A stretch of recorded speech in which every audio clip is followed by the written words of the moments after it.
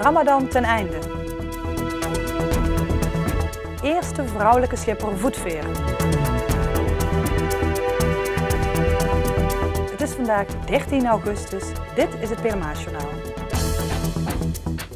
Donderdag kwamen Turkse moslims bijeen om het einde van de vaste maand Ramadan te vieren. Het suikerfeest werd gestart naar woorden van de imam en de Venraydse burgemeester. Het ochtendgebed begon die dag om 4 uur. Enkele uren later kwamen er ruim 300 moslims bij elkaar om te bidden. Nou, daarna is gewoon traditioneel dat iedereen elkaar groet en elkaar bedankt. Dat het feest voorbij is, dat iedereen meegedaan heeft en een gezond verstand gegaan is. En dan komen we gewoon in de benedenruimte van de moskee gezamenlijk een ontmoeting doen en ze elkaar koffie en iets zoetigs drinken. En die heet ook voor niks suikerfeest. Dus vandaar de naam suikerfeest. Tijdens de Ramadan is eten, drinken, roken en seks voor zonsondergang taboe. Doordat de vaste maand dit jaar in de zomer viel, was er sprake van lange dagen en korte nachten.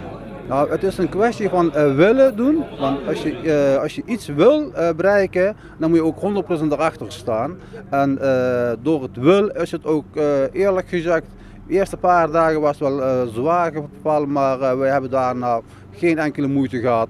En zonder enige misverstand gewoon dus goed doorstaan het vast. Een hittegolf maakte het vasten voor de Nederlandse moslims extra zwaar. Toch hebben ze manieren om het draagzaam te maken. Dus eigenlijk dan met de extreme dagen probeer ik gewoon zo min mogelijk te bewegen. Vooral de mensen die dat moeten werken en die hebben het gewoon dat moeilijk gehad. En ik heb het gewoon dus 's morgens van 4 uur tot 's avonds 3, 4 uur moeten werken. Maar het was niet makkelijk, maar we hebben het overgestaan. Hakan Ortak is jongerenwerker bij Synthese. Hij merkte dat veel jongeren goed vasten. De ouderen werden wat rustiger en slomer door de hitte. Nou, op zich vind ik de Nederlandse moslims heel erg betrokken dus, bij de islam. Want als ik in Turkije ben, dan is dat al iets minder. En hier zijn ze echt van jong tot oud, doen ze echt aan mee. En voornamelijk met vasten doen ze echt hun best om de Ramadan af te ronden. Maar in Turkije merk je dat iets minder. Ik weet niet waardoor dat komt, maar het is wel wat minder. Het suikerfeest duurt 3 dagen. De bedoeling is dat je samenkomt met familie en vrienden en iets eet. Het belangrijkste is dat zieke en alleenstaande mensen worden bezocht, zodat zij ook het gevoel hebben dat het feest is. Voornamelijk is het ook heel erg belangrijk voor de kinderen. Dus wij willen zoveel mogelijk kinderen blij maken.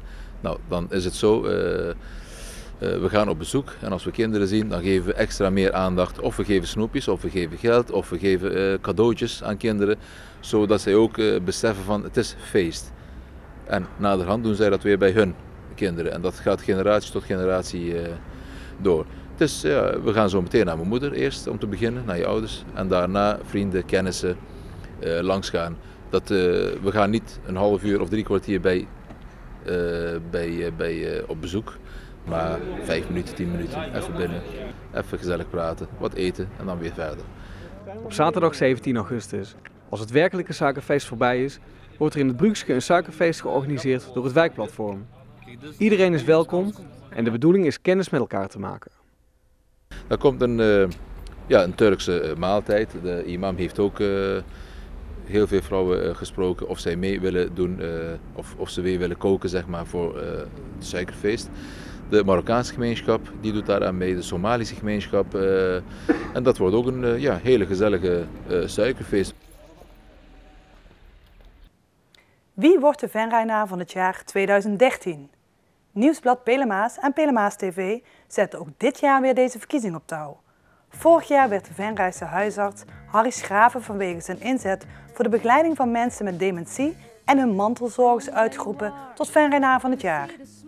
Net als vorig jaar kunnen lezers kandidaten nomineren.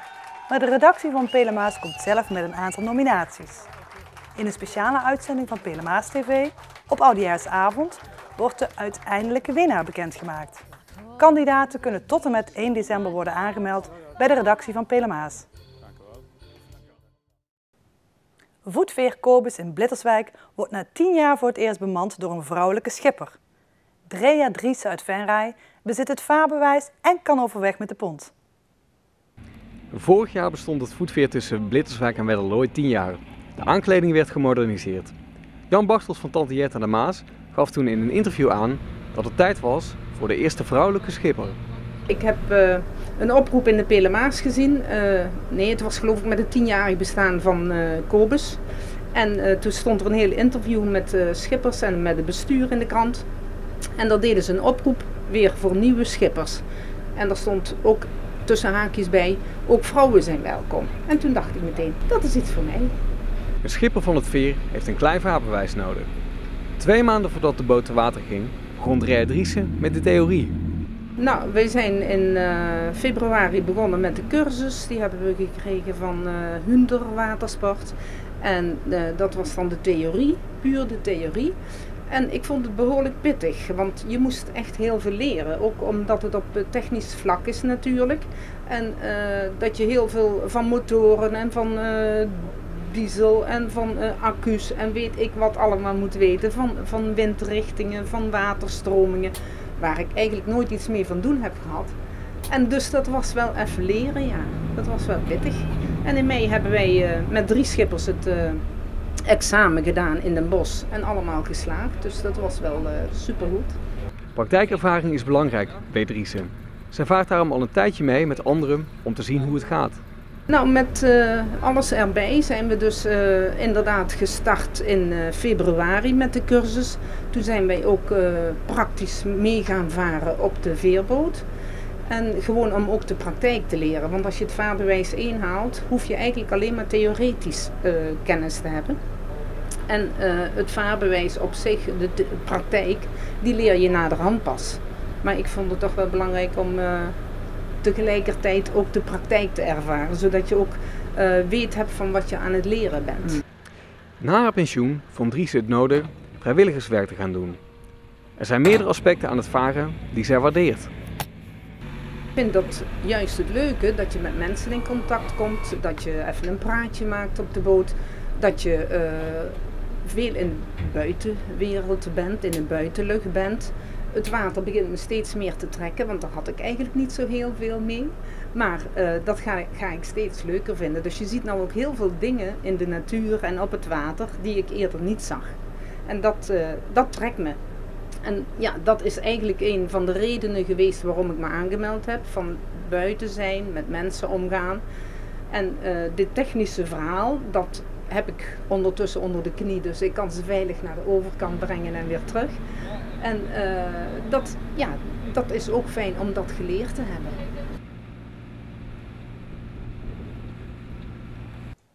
Tot zover dit Pelemaasjournaal. Tips kunt u mailen naar de redactie. Donderdag is er een herhaling van de geheimen van te zien. Weer of geen weer, bij ons is het altijd vakantieweer. Woensdag overdag is het droog, rustig weer.